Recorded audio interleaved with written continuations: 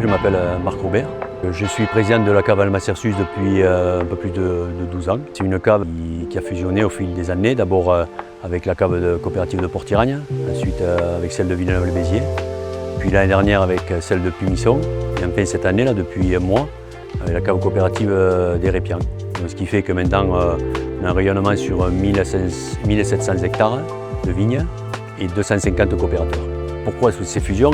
On a des marchés qui se développent et on a du mal à fournir en vin, donc il nous manque du vin. Donc on a cherché des caves coopératives qui pourraient produire des vins qui correspondent aux vins dont on a besoin pour pouvoir alimenter nos marchés. Cette année, on est encore en forte progression sur le premier semestre, donc on devrait arriver aux 10 millions de bouteilles à la fin de l'année. Cette année, les vendages, on a démarré le 22 août avec du Pinot, et ensuite du Sauvignon blanc.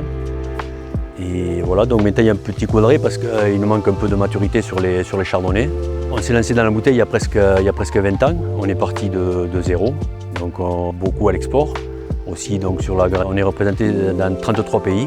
Et je crois qu'on représente ce qui est recherché actuellement, c'est-à-dire une qualité des produits, des vins vraiment bien faits, et avec un prix aussi qui est maintenu, puisqu'il y a une compression quand même du pouvoir d'achat, que ce soit en France ou dans le monde. Et donc les gens recherchent vraiment du plaisir et avec un prix modéré.